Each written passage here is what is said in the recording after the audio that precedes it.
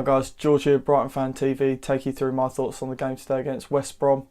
That was just bitterly disappointing.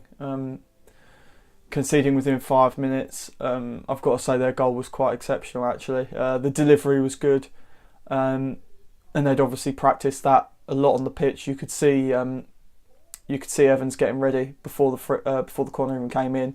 He was moving his way around so that he could lose dunk. The initial ball that flicked on was Proper's marker, and the second one was Dunk's, straight in the back of the net, and it just knocks the wind out of you, doesn't it? I mean, I was sat there and was like, again, it's just consistently going in from set pieces. We were definitely man marking today. You could see it. Everyone had their marker. I mean, Bruno physically held his marker, so that he's got a check on him. I think we're now one of the top teams for conceding set pieces. Actually, I think there's a league table somewhere, and we are the top of it. That's bitterly disappointing. It is seeing the same thing again and again. And Houghton said that he's been working on it. That's the worst part, is that was with us practicing. Apparently, we put more practice into set pieces in the last week as we have done for the whole of the season. And it knocked the energy out of us. I thought the energy dropped. Izquierdo going off at half time, that was confusing.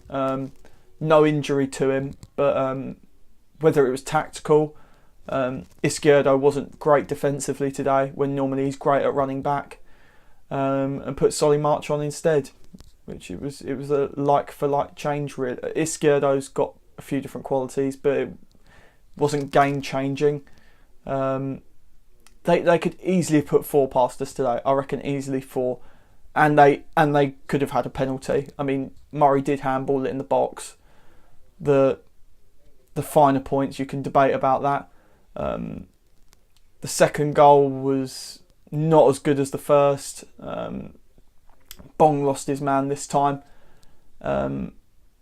And okay, it wasn't the best header, but we didn't really have a chance of getting it. We had someone on the line. It just so happened it was Knockaert, who's not the tallest person in the world. And we just couldn't get to it. Bulldog coming on is the only sort of game changer we have. Only because it's a different style of play. And you could visibly see that. It was visibly noticeable when Bulldog came on, compared to Solly March. It's that running that we need. You could tell his link-up play with Murray, it's not really there. Like, the dust is still there. It might be something we need to work on, but again, it didn't change the outcome of the game. I don't think Bulldog starting would have won us the game at the end of the day. There's allegations of an incident happening with Bong and Rodriguez that you don't really know what went on. Rodriguez pinched his nose, and there's been, apparently on social media, there are hints that it was racism that got reported to the FA. Whether that's true or not, we'll find out in the coming days. If it is racist abuse, then that's 6-game ban straight away. But whatever it was really rattled Bong. Someone who's normally calm. I mean, we've seen him get chunks taken out of him before in tackles, and he hasn't batted an eyelid. So whatever it was that was said has obviously really shaken him. There's a couple of things after the game I wanted to talk about that I thought were worth addressing. The first one being that everyone's immediate call is we need a new striker or we're going down. For me, I was looking at that today and I'm thinking, even if we get a striker, okay, and we fill that position, we would have been relying on scoring 3 goals today to West Brom's 2, regardless of the fact of who we had striking. They undid us twice. They absolutely played us. They knew our plan from the outset. So, in terms of a new striker, that isn't necessarily going to say, that isn't our saving grace. And I'll admit, I don't know what changes today, what needed to change. Even with a new striker, I couldn't see it changing. The other one that got me is the fact that people are saying Matt Ryan's not tall enough. Like, that is being seriously being bandied around. I had to go check. Matt Ryan's 6 foot and half an inch. Just to put it into comparison, Ederson is 6'2". So we're talking of the difference of 1.5 inches.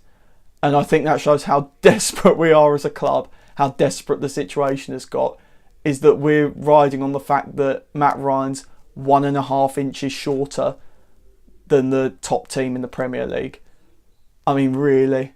And I don't even think the 1.5 inches would have saved that second goal. I really don't. I think it shows a sign of how desperate we are for it.